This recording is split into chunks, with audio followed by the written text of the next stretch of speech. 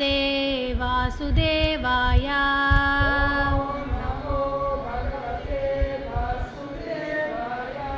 ॐ नमो भगवते वासुदेवाय।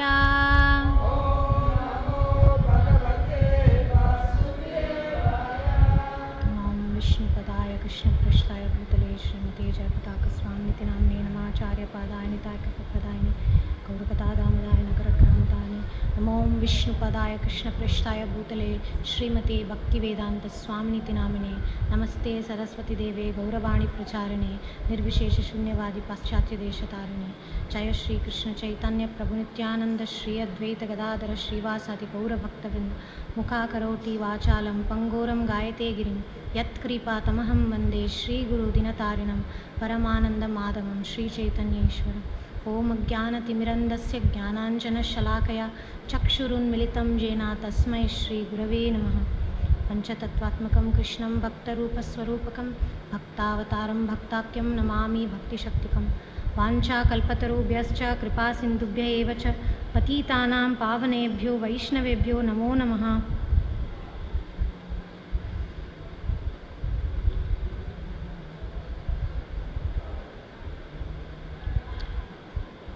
Reading from Srimad Bhagavatam, Canto 6, Chapter 14, verses 30 to 40. Text 30.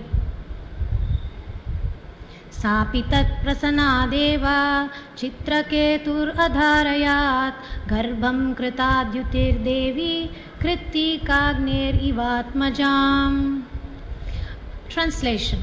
As Krittika Devi, after receiving the semen of Lord Shiva from Agni, conceived a child named Skanda Kartikeya, Kritadyuti, having received semen from Chitraketu, became pregnant after eating remnants of food from the yagya performed by Angira.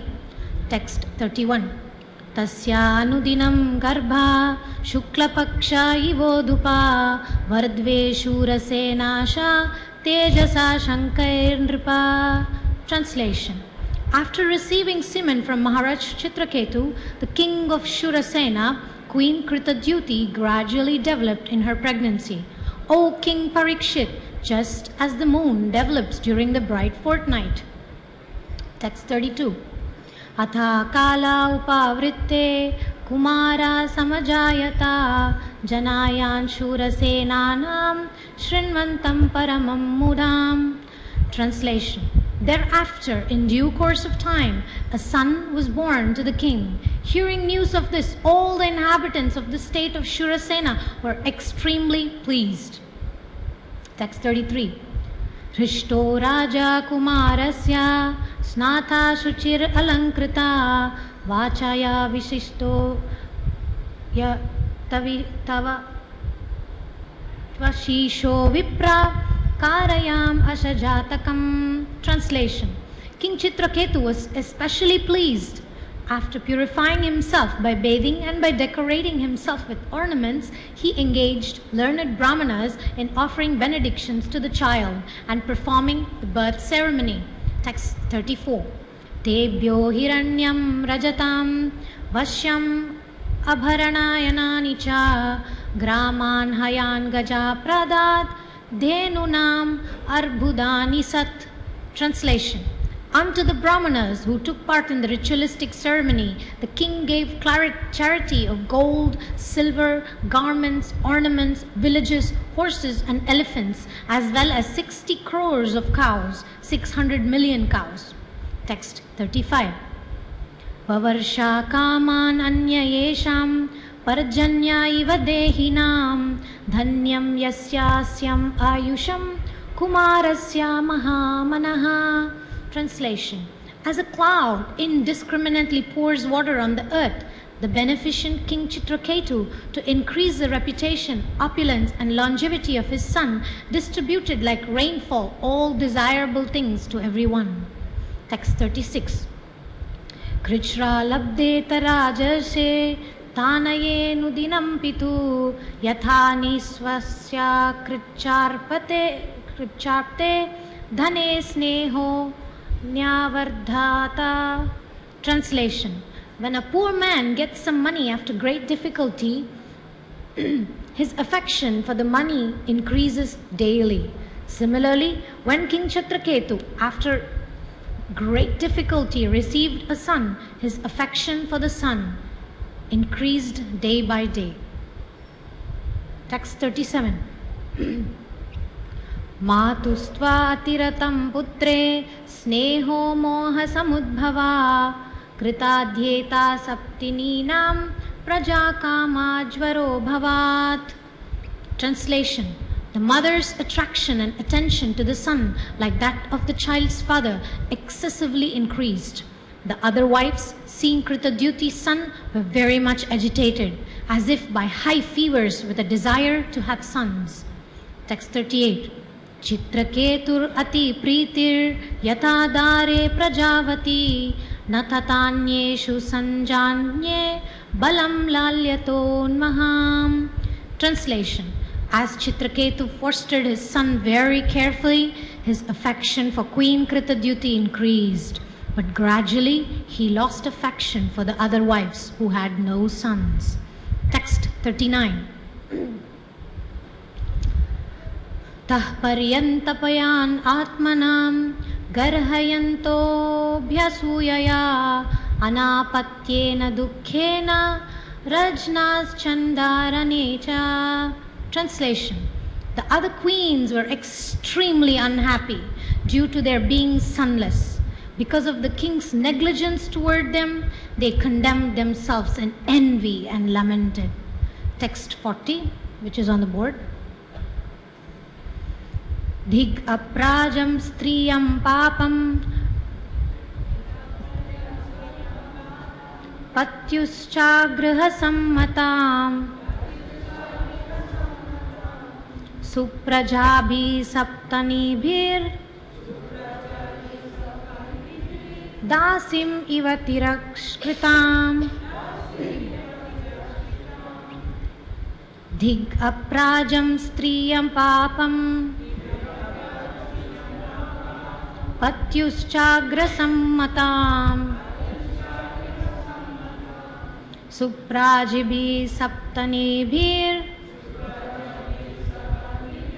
dasim iva tiraskritam.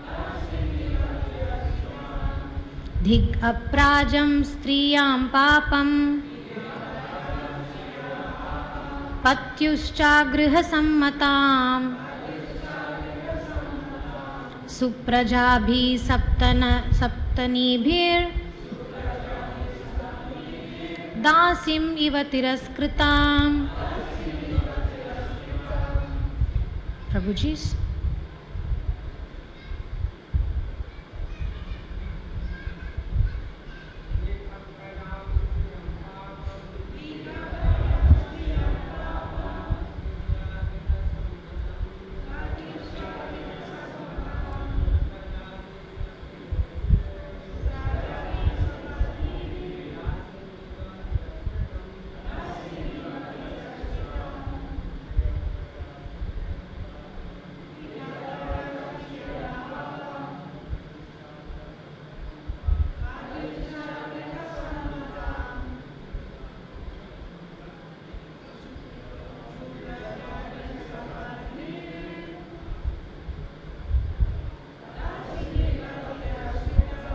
Mataji's.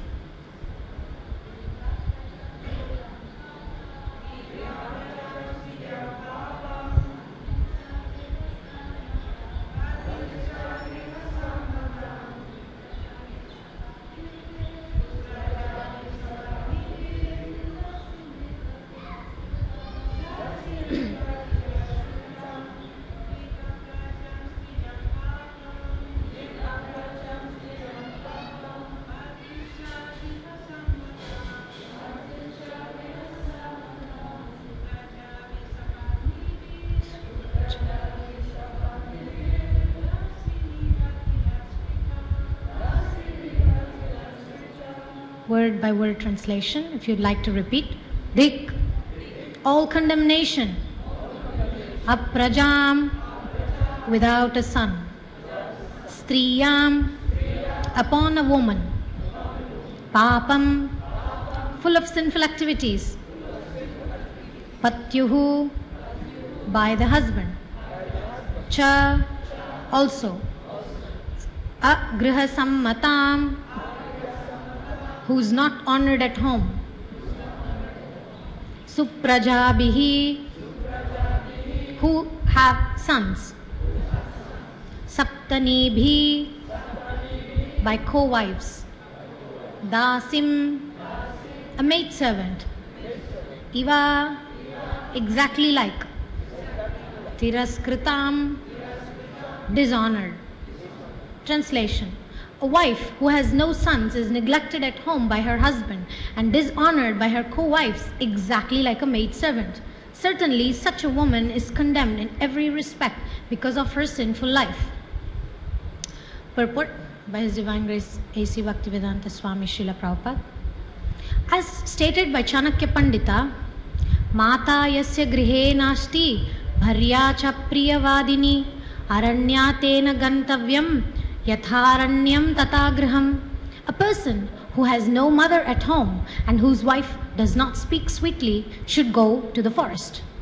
For such a person, living at home and living in the forest are equal. Similarly, for a woman who has no son, who is not cared for by her husband, and whose co-wives neglect her, treating her like a maidservant, to go to the forest is better than to remain at home.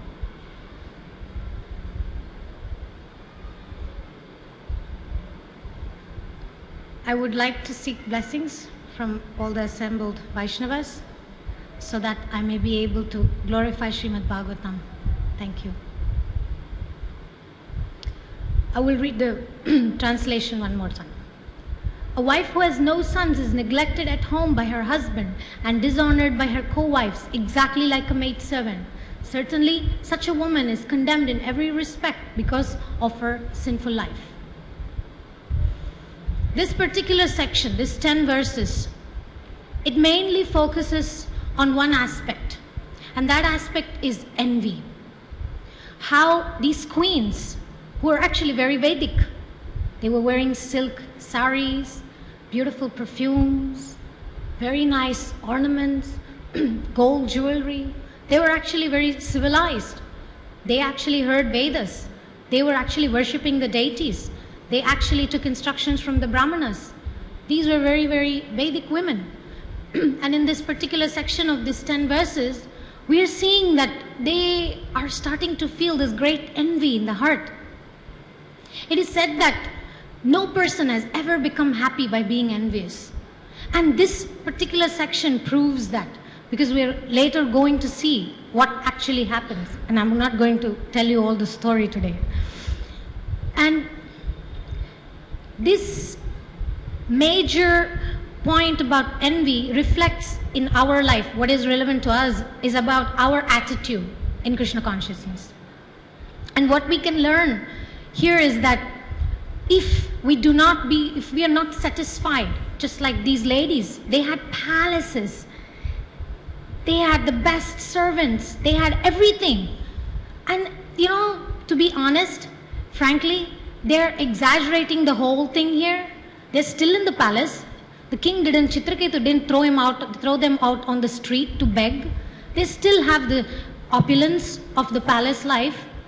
But still, the internal envy is burning from within.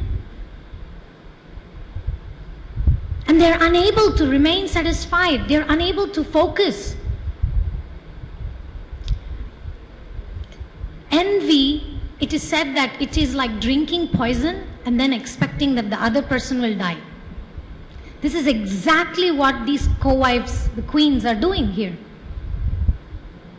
And it becomes so intense, the drinking poison becomes so intense. They are so frustrated with their karma. They cannot accept their karma.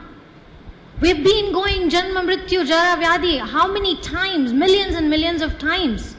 Still, that desire to enjoy. And when the enjoyment is not given, what these queens are doing? They are complicating their karma even more. Does it solve anything what they're going to do? Do you know what they're going to do, right? They're going to kill this child which is just born now. So this is the extent of what envy can do when it actually rises from the heart. And it has nothing to do with external circumstances. That is what we can learn from here. And when we complicate our karma more and more, because envy, it is a very subtle thing. We may actually be dressed like these queens, very nice, beautiful tilak, best kantimalas, the best Mahaprasadam garland. But then our heart may be pounding with this envy. Oh, this person said this, and this other person didn't look at me, or whatever. All these kinds of regret, we keep it in our heart. How long are we going to keep this? Actually, we've been keeping it for lifetimes. And we could get into this mentality of complaining. Oh, I don't have this. It's like they're doing here in these verses. Oh, I don't have a child. She has a child.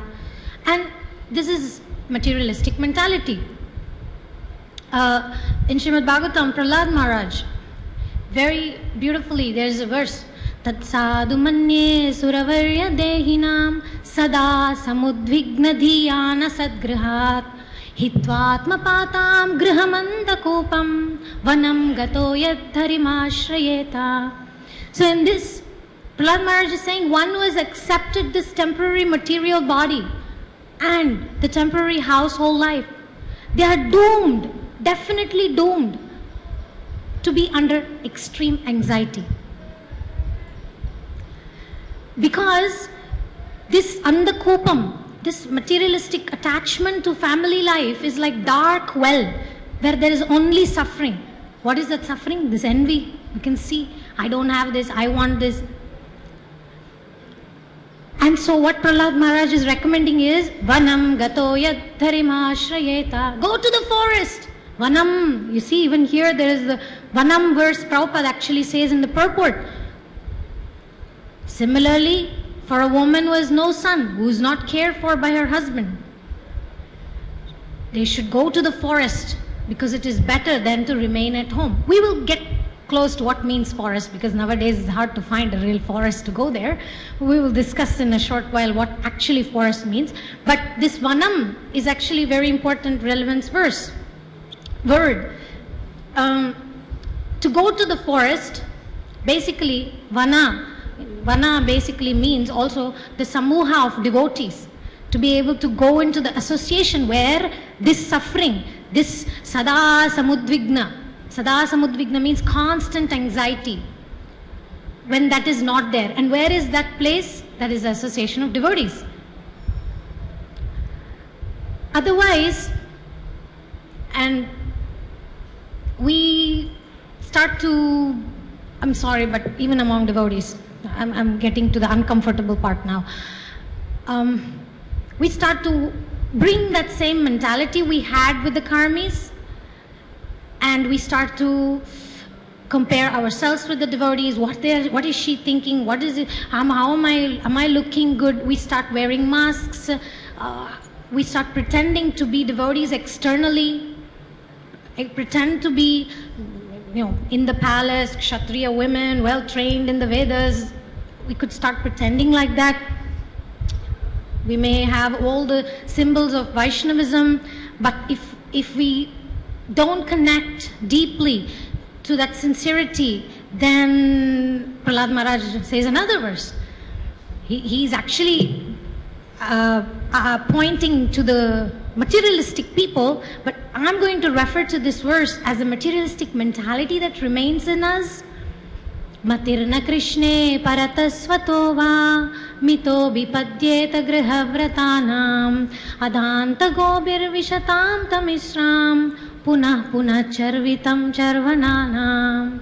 So this is a beautiful verse which Prahlad Maharaj is describing how these uncontrolled senses of these persons who are engaged and have taken a vow of Grihastha life, this is my life, this is my identity, I'm going to be the enjoyer, I'm the controller.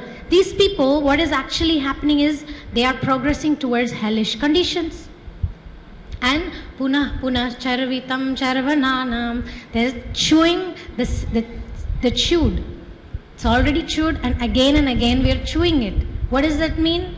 It means that lifetime after lifetime we are fostering this mentality. We are cultivating this mentality of kama, krodha, lobha, mada, matsara, greed, lust, envy, anger. And then we get entangled more and more. And then in the same verse, Krishna, Krishne namati, what's the matirna Krishne. So for these kind of people who are engaged in this way, the real Krishna consciousness is never aroused. Even regardless of good instructions other people give, it doesn't go inside, nor by our own intelligence or endeavor. Why? Because this bhakti lata bij, this seed of devotion which is in our heart, is surrounded with weeds. Weeds of envy, weeds of anger, weeds of material desires, basically. And then it makes us come back again and again, again and again. It's not the first time.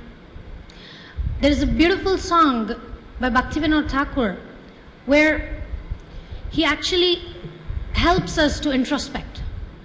Dushtamana tumi kisera Vaishnava, Dushtamana tumi kisera Vaishnava.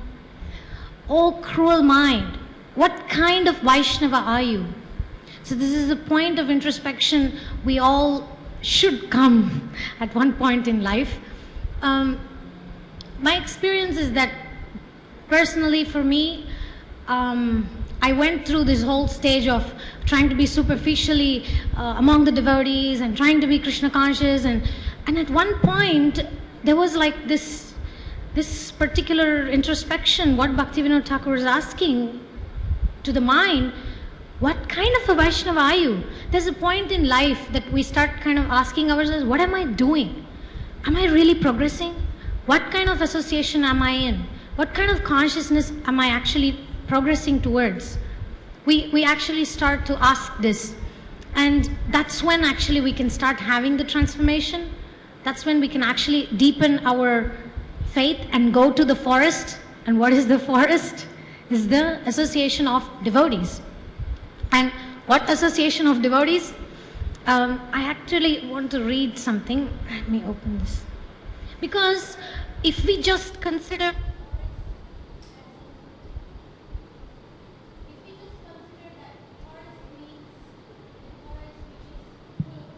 an animal.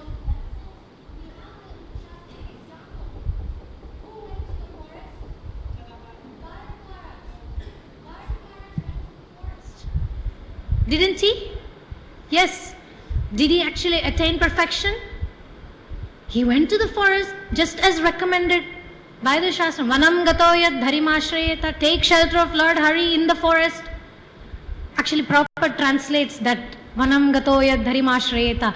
Vanam means specifically Vrindavan, where only Krishna consciousness is spoken. In this way we can get absorbed. So we have to be very careful not to make the mistake of Bharat Maharaj. In other words, just renouncing is not enough. We have to be in the right association. Otherwise, we can see the example of Bharat Maharaj. He became attached to the deer, and then he had to be born as a deer. I mean, that was a good story. It was a good ending. Okay, one lifetime as a deer and another lifetime as a human being, and somehow he remembered Krishna and then he went back to Godhead. But it's not always that easy. It gets very, very complicated, as we can see in this story where the queens are complicating more and more.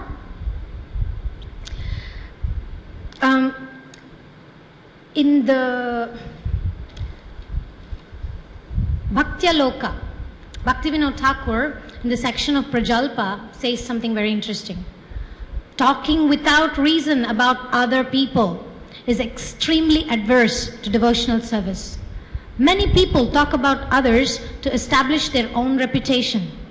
Being envious, some people are accustomed to discuss others' character. Actually, this was a eye-opener for me. When I actually got in touch with this verse, one devotee who was actually helping me, guiding me, was referring to this verse, and I was actually surprised. Wow, it makes so much sense. No wonder that I'm not feeling very enthusiastic in Krishna consciousness, because all these weeds of listening about other people and contemplating, listening to the gossips, talking about this person and that person, maybe not directly criticism, but still it can encourage the growth of this envy which is inherent in us. That envy which brought us down to this material world. It can actually damage us very much. So we have to choose carefully the association. Otherwise, the discussions may not be actually based on Krishna, but it's actually something else, and we're thinking we're in the association of devotees, and it's all about me, mine, my complaints. Oh, the prasadam was not good. Oh, this devotee doesn't do his service properly. All this, all that. Oh, my shoe is slippery. Oh, the water is everywhere. Oh, the smell. Oh, the this. Oh, the that. And that's our conversation. 90% of our conversation with association with devotees is taken over by such things. Because good association is not very cheap. It's very expensive. Means we need like mind control, and we also need to choose. And I'm not saying this like just like that. There is this beautiful purport by Srila Prabhupada in the 3rd canto. Prabhupada says, one who approaches the Supreme Lord to surrender devotional service, but who's proud of his personality, envious of others, or vengeful, is in the mode of anger. He thinks that he is the best devotee. Devotional service executed in this way is not pure. It is mixed and is of the lowest grade. Tamasao. Now it gets interesting about association. Srila Vishwanath Chakravarti Thakur advises that a Vaishnava who is not of good character should be avoided. A Vaishnava is one who has taken the Supreme Personality of Godhead as the ultimate goal of life. But if one is not pure and still has motives, then he is not a Vaishnava of the first order of good character. One may offer his respects to such a Vaishnava because he has accepted the Supreme Lord as the ultimate goal of life. But one should not keep company with such a Vaishnava who is in the mode of ignorance. Sometimes we are faced by such conversations we don't want to enter, but then maybe people throw garbage on us, spit poison, criticize devotees. They may be very nicely dressed as Vaishnavas, but what they are talking may actually be contaminating us. So it is actually, this is my personal realization in life, it is better to have one good friend, one good association, like a mentor or guide who can give you the right association of 10 nice Vaishnavas, devotees, than to have many different devotees, and then we hear different kinds of things, different kinds of thoughts, different priorities, different complaints that they are going through, and then we actually become very disturbed and perturbed. I mean, that was just a personal realization that I had. There is one more instruction in the Shastra to be able to deal with this point about envy, or to deal with this point of the lamentation, this shoka, it's tamasic. Shoka means lamentation. And the lamentation is in the mode of ignorance, and ignorance causes us to glide down. And what is actually happening in the case of these queens is they went so much into lamentation, and then they became so degraded that turned into envy, and that envy made them kill a small boy. Imagine what is going to happen to these queens. I don't know, hundreds of lifetimes, maybe they will be aborted before they're born. Hundreds of lifetimes, perhaps. So we need to kind of deal with this properly. And one of the key elements is the attitude towards Vaishnavas. Because like we read, there are different levels of Vaishnavas. So we have to choose accordingly and deal with the superiors carefully, with respect, in the mood of service, to not become too close, but serve them with humility. And with the equal devotees who are like-minded, you become friends with them, you deepen association, you help each other. And then with the devotees who are lower or inferior than us, we are kind with them, we're gentle with them, but at the same time, if they are creating poisonous, toxic thought process that can touch us, we should avoid that association. One more important verse that comes to mind is Prahlad Maharaj. He actually tells Nrsingadev, when Nrsingadev appears, he's actually telling Nrsingadev that I'm actually not afraid. I'm not afraid of all these anarthas. More or less, he's saying like that. He's saying, Naivo dvije paraduratyaya vaitaranyas. I'm not actually afraid of this Vaitarini river. Why? This is the point I want to conclude the class with. Tvadvirya gayana mahamrita magna chitta. Tvadvirya gayana mahamrita magna chitta. Basically means, I'm so absorbed in singing your glories, Lord Nrsingadev. I'm so absorbed. Magna chitta means so focused, so absorbed, that my only concern is for these rascals and fools who are Maya Sukhaya Bharanudvahato Vimudhan. They're so foolish. They're carrying this Maya Sukhaya. They're carrying this so-called happiness of Maya, of all these illusions. I'm only concerned for them. But for me, Tadvirya Gayana Rasamrita Magna Chitta. I'm absorbed. Do we have that experience? Sometimes when we are very absorbed, we are in love with our Guru Maharaj. We are in love with Krishna. And so many other things doesn't really touch us. And that kind of association, when we feel that, wow, with this person I'm thinking about Krishna. With this person, there's no garbage around. There's no toxic. There's no poison. There's no weeds. But my Bhakti Lata Bij is actually trying to sprout up. That's the kind of association we should actually be in. And to do that, we need right attitude. And what is that attitude? Attitude of gratitude. Because the opposite of envy is gratitude. Because if we are grateful, oh, thank you, Krishna, that I have a roof on my head.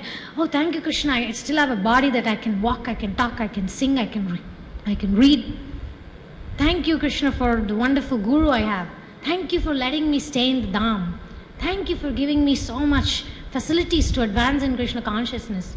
If we think one side is this extreme of the queens of exaggerating their lamentation and going really like tamoguna, another side is this attitude of gratitude, which can actually help us remember all the little things and the big things that Krishna has actually blessed us with. And then our life will never be the same if we actually count that. And because of preparing for this class, when I sat here, I just started to think, wow, what a great fortune to be actually talking about Srimad Bhagavatam. Wow, what a great fortune to be reading these verses. Wow, what a great fortune to be remembering great personalities. So when we tune in, the tuning of like a radio station or something, even YouTube, for example. How many of you use YouTube here? Have used YouTube? YouTube? Really? I don't believe that. Okay, so when you go on YouTube, whatever you looked earlier, it will suggest you, why not this one, the other one? There is like the temptation. One time maybe you watch some movie song of a Krishna song, but movie song. You watched, and then it will suggest you, why don't you watch this other movie? It's fantastic. It shows this. So it's like we have to tune in properly what we want to watch, because the mind is, Arjuna says, Chanchala hi mana Krishna, mind is very flickering, wants to jump here, wants to jump there, monkey mind. Like a monkey, it wants to jump. So if we don't tune in, then we get lost. So that's the conclusion, that to overcome envy, we need an attitude of gratitude. We need to choose our association carefully and not just be influenced by anything that comes around. And we should be absorbed. Magna Chitta. As much as possible, we should be absorbed. So thank you very much. We have 5 minutes and we can take some comments or questions. Hare Krishna. Any comments, questions? Yes, Srimati Mataji. Can we have the mic?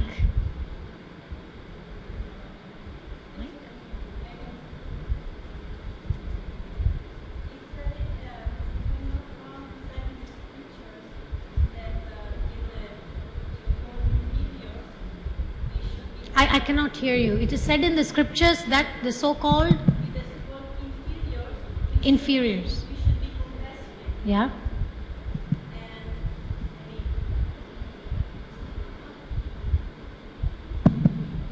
So, if I'm not wrong, in the scriptures it said that with the inferior, so-called inferior, we should be compassionate, right? So, I mean, because you said that we should avoid them. So I would like you to discuss about this. Okay, thank you. And just another question about the fact that anyway, to feel superior, I don't think is a very good Vaishnava attitude. Thank you. So she brought up two main points. One point is when I mentioned that with the inferiors, we actually should be compassionate but also avoid their association. So she's saying how those two contradictory things, be compassionate, avoid, how does it go together? So that's the first question. And the second question is, how do you put it? Yeah, like she means to say that how can, as a devotee, because the attitude of devotee is always humble, so how can you put yourself superior? How can you think I am superior, right? That's your question. Valid question. So for the first question, they're not contradictory.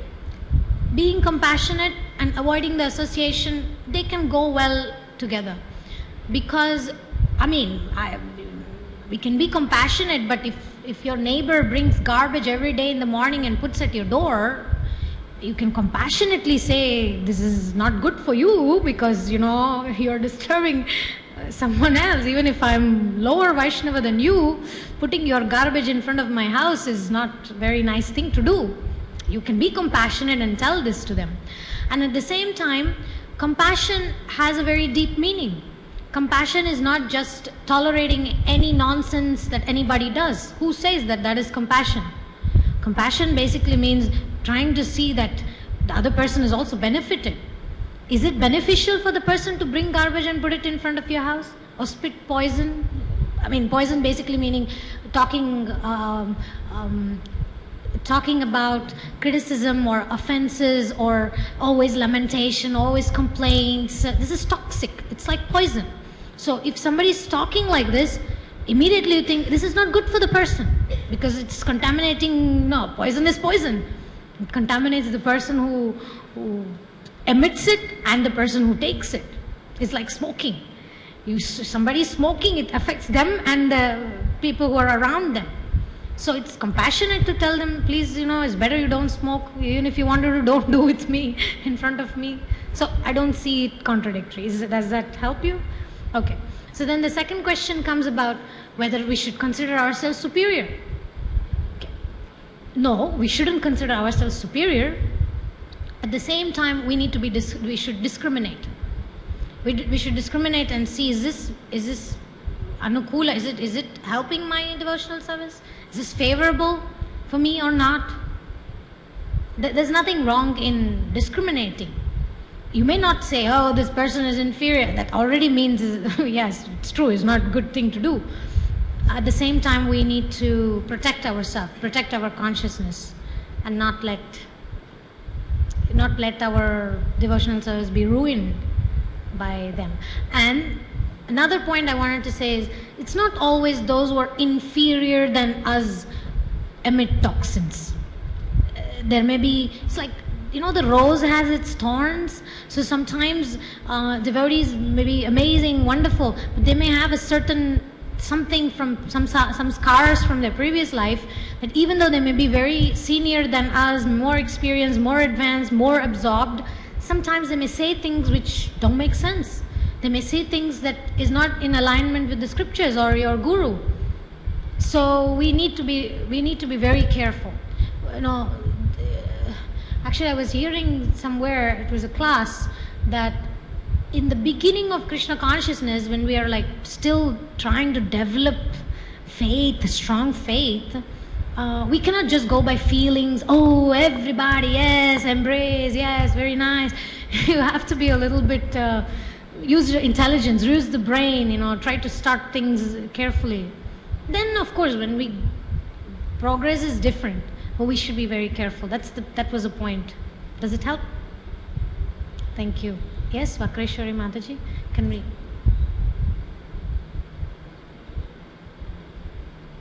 Krishna, Hi, thank Krishna. you so much for the class. According to this verse, if a woman neglected by her husband and also dishonored by the co-wives, then her life is sinful. Can you please explain why here her life named sinful life in this case? We are in this material world because we have been sinful, okay? To just start off with this. But it is not only place, but there are a few places where it is mentioned about for a grihastha life, there has to be children, otherwise it's not fruitful. Like a tree without a fruit is not.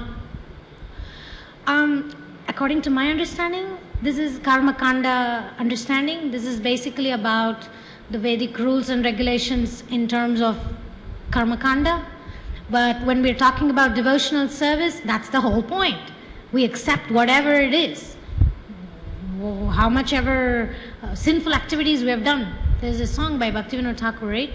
Manasa deha geha jo kichu mar arpilo tua pade nanda kishore.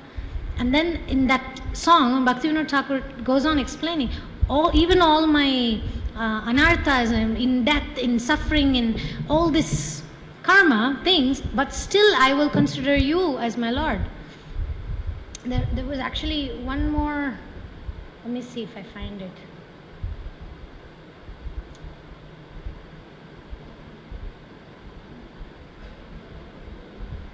So basically the understanding is that we do have a baggage of karma. Sometimes, let's say, like there are people who want to get married and have children, but the plan doesn't go according to their desire. Maybe they cannot get married or they cannot have children. What are you going to do? Yes, okay, it's not so nice in terms of being fortunate, karma, speaking in terms of good karma, bad karma. But at the same time, whatever is our situation, we can actually offer it to Krishna. In fact, later on, in the same purport, very interesting points come. And Chitraketu, I think Chitraketu starts to basically lament and say that, it is best to not have children. But it is also good to have children. Because when you have children, you realize how much suffering they will bring. Then you can actually become renounced. So the whole point again comes back to renunciation, surrender to Krishna, whatever helps. That's kind of the mood of the devotee. That's what I understand. But yes, Karma Kanda level, it's like that. In South India, oh, you didn't get married at this age, you're condemned. Even Srila Prabhupada says very heavy things. If the girl is not married by the time of her puberty, the father has to do something very terrible. Basically he says he has to drink the menstruation blood of the girl, daughter, if she's not married by the time. And that's kind of the Karma Kanda or the Vedic without Krishna conscious kind of. And here is the same story. The queens, they're Vedic, but they're not Krishna conscious. Because if they were Krishna conscious, okay, I don't have a child, okay, my husband favors the other wife more, I'll chant Hare Krishna, right? That would be the attitude of a devotee. But because of this Karma Kanda thing, then our desires increase. Sometimes people, like in the Dhruva Maharaj section, we see sometimes we may kama sarva kamova moksha kamodaradi, whatever, whether we have desires, no desires, we approach Hari. So sometimes we are passionate. We want the desire. We want our desire to be fulfilled. So we do things to get it. Some other times, like here, take shelter of tamas, take shelter of ignorant approaches, kill the child. Wow, end of the story. Actually, no, beginning of another new complicated story. Does it help? Not sure. Thank you. So we end here. Thank you so much for your attention and patience. Grantaraj Srimad Bhagavatam ki, Srila Prabhupada ki, Ananta Koti Vaishnava Vrinda ki.